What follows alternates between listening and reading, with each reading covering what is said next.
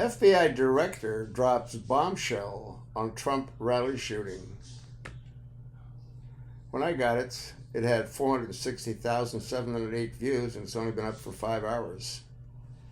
So let's have a listen to what the FBI Director had to say. What happened? When the shots started flying and former President Trump grabbed his right ear, it was Mr. Trump himself who stated a short time later that he had been hit by a bullet. This afternoon here on Capitol Hill, FBI Director Christopher Wray said authorities haven't determined what struck ex-President Trump. There's some question about whether or not it's a bullet or shrapnel that hit his ear. So it's conceivable, although as I sit here right now, I don't know whether that bullet, in addition to, causing the grazing, could have also landed somewhere else. The suspect is directly above us. That was FBI Director Christopher Wray testifying before Congress yesterday about the shooting in Butler, Pennsylvania at the Trump rally. You heard what he said right there. He said, as of right now, we don't know whether or not it was a bullet that grazed Trump's ear or whether it was metal fragments or shrapnel. You'll recall that officers who were around Donald Trump who were injured were not injured by the bullets, but they were injured by shrapnel.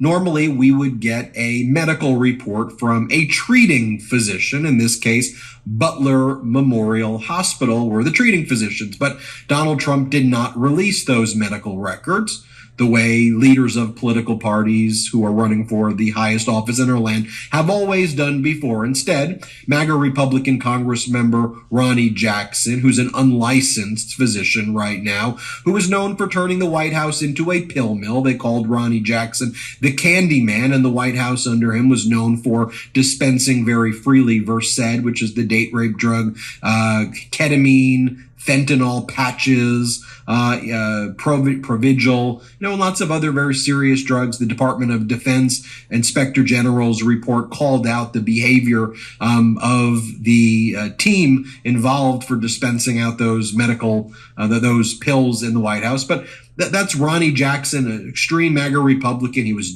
from his job as well, alleged for allegations of harassment and for him engaging in lots of misbehavior and being under the influence while he was working. But let's just take a look at some of the updated information from FBI Director Christopher Wray. There are some updates that we have. I mean, one of the things is the Google search of the shooter. Let's listen to where FBI Director Christopher Wray talked about that. Play the clip. From our review, to your point about devices, analysis of a laptop that the investigation ties to the shooter reveals that on July 6th, he did a Google search for, quote, how far away was Oswald from Kennedy? And so that's a search that obviously is significant in terms of his state of mind.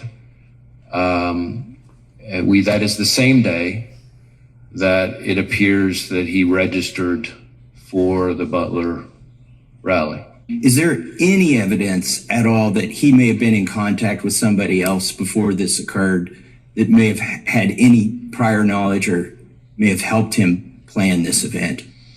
Well, needless to say, that is a question that we're intensely focused on because that would obviously be incredibly meaningful. So far, underline, so far, we have not found any evidence of any accomplices or co-conspirators, foreign or domestic. And you're using geolocation data to see if his cell phone was near another cell phone, I presume? Right. We're doing lots of different kinds of cellular analysis, geolocation stuff, looking at his accounts.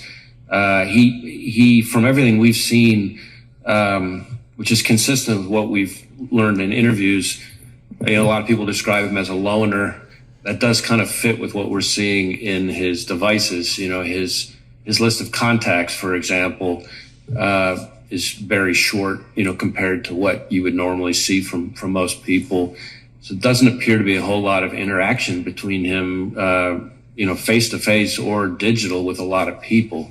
Okay, thank you. That doesn't mean there's not any, and that's why we're drilling into. We're trying to talk to anybody who's had any engagement with him whatsoever, digital, in person, classmates, coworkers, Right. etc. Appreciate that. Another new piece of information is that the shooter may have been flying a drone in the area before the shooting. Here, play this clip where Christopher Wray talks about that. Tell me about the drone. You act like you wanted to fill us in on that. Fill us in.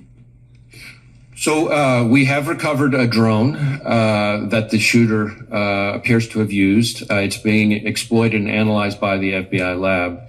The drone was recovered in his vehicle. So at the time of the shooting, the drone was in his vehicle with the controller. In addition, our investigation has uncovered. Do you know what time of day he flew it, and if he flew it on the day of the shot? Yeah. Oh, I'm sorry. Go ahead. So in addition, it appears that around 3:50 p.m., 4 o'clock in that window on the day of the shooting, that the shooter was flying the drone around the area. 2 hours. About 11 minutes. I want to be clear, but when I say the area, not over the stage and that part of the area itself, but I would say about 200 yards, give or take, away from that. We think, but we do not know. So again, this is one of these things that's qualified because of our ongoing review, that he was live streaming, viewing the footage from that, again, about 11 minutes and around the 3:50, 4 o'clock p.m. range. 2 hours before, he's flying a drone in the vicinity of the route. About 200 yards away, yes. Okay, that's important information. Look, there are undisputed facts about the shooter. We know he was a white male, 20 years old. We know that he was a registered Republican from Pennsylvania. He voted in the Republican closed primaries in 2022. We know from people who knew him that he had right-wing views. We know that he wore Second Amendment kind of paraphernalia fetishizing the Second Amendment. He was a gun nut, not someone who was for responsible gun ownership. And we know that his family had MAGA flags and Trump flags in their property. At least that's what neighbors reported. So those are some of the kind of undisputed facts about it. We also know that his family was part of a Trump campaign database where they were targeted with information from the Trump campaign in 2016. Trump campaign kept a database of gun owners and gave them rankings about how much they could be influenced based on certain type of propaganda that was being fed to them. So those are some of the undisputed facts that we know now. As part of this hearing, again, we were trying to get at the data, the details, the information about the shooting, though. MAGA Republicans, Trump allies, like Congresswoman Spars, for example, a MAGA Republican, used the opportunity to try to attack Christopher Wray, who was just trying to give the information and the data from the FBI's investigation and what they've learned thus far. And she accused them of all of these like January 6th conspiracies, that the FBI was in on it. Here, play the clip. Oh. Hi. There's an ad popped up. We looking at that? Anyone conclusion was made from that? Have we made any adjustments? Because I know a lot of people, got hurt now. Just being here, it was a lot of cases bringing up the Department of Justice, and a lot of them were really just law-abiding Americans that really just upset with the government, and they have a reason to do it. So I think we need to think about it before we prosecute, or instead of actually, looking how we can deal with real criminals and how we can have a proper security when we have events with so many people there. So did you have confidential human sources? I think you never answered that question on January 6th in the Capitol. Did you have some?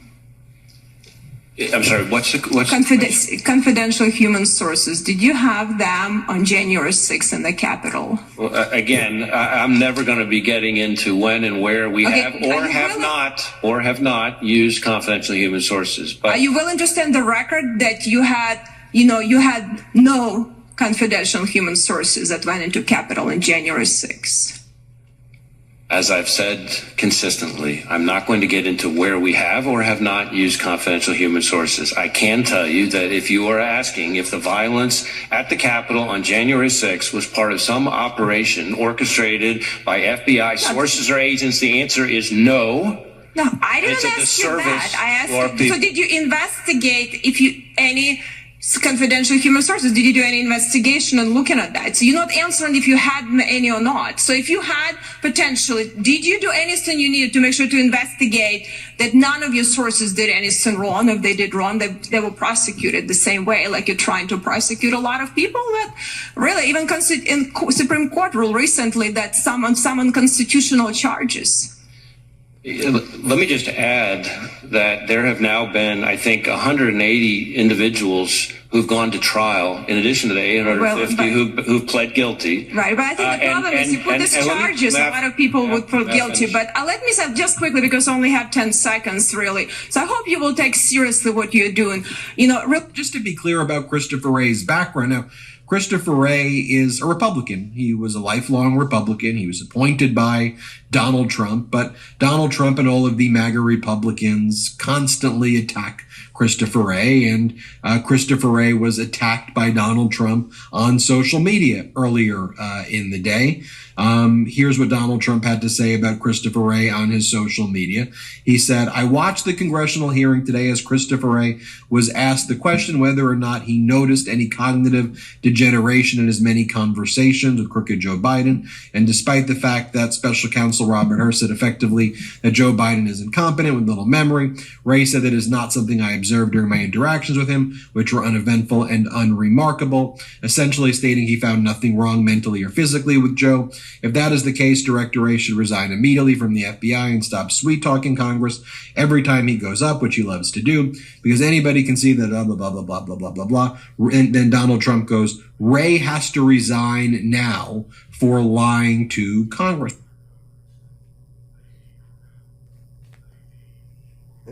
Mr. Wray, from the Twitter files, Missouri versus Biden disclosures, the Durham investigation and report, and exposure and collapse of the Russian collusion hoax, the American people fully understand that there is a two-tiered justice system that has been weaponized to persecute people based on their political beliefs, and that you have personally worked to weaponize the FBI against conservatives. I asked Mr. Durham about this, to which he answered, "I don't think that things can go too much further with the view that law enforcement, particularly the FBI or Department of Justice, runs a two-tiered system of justice. The nation can't stand under those circumstances." Director Wray, what are you prepared to do to reform federal law enforcement in a manner which earns back the trust of the American people? Well, first off, I would disagree with your characterization of the FBI and certainly your description of my own approach. The idea that I'm biased against conservatives seems somewhat insane to me, given my own personal background. As to how we are approaching our work of protecting the American people and upholding the Constitution, it starts with me having emphasized to all of our folks over and over and over again in everything we do that we need to do the right thing in the right way, and that means following the facts wherever they lead, no matter who likes it. That's the MAGA Republicans constantly going after Christopher Wray like that over and over again. And look, we're just trying to get at the data here, folks. We're just trying to get at the facts, especially where Donald Trump's out there selling $299 assassination edition sneakers. Trump's trying to profit off of this, trying to make money off of it. Look at these ugly sneakers that he's selling. He says he's got 5,000 sneakers, and if he sells them all, that's $1,450,000. I'll attach the link. Take a look at it. Pass it along. And thanks for listening.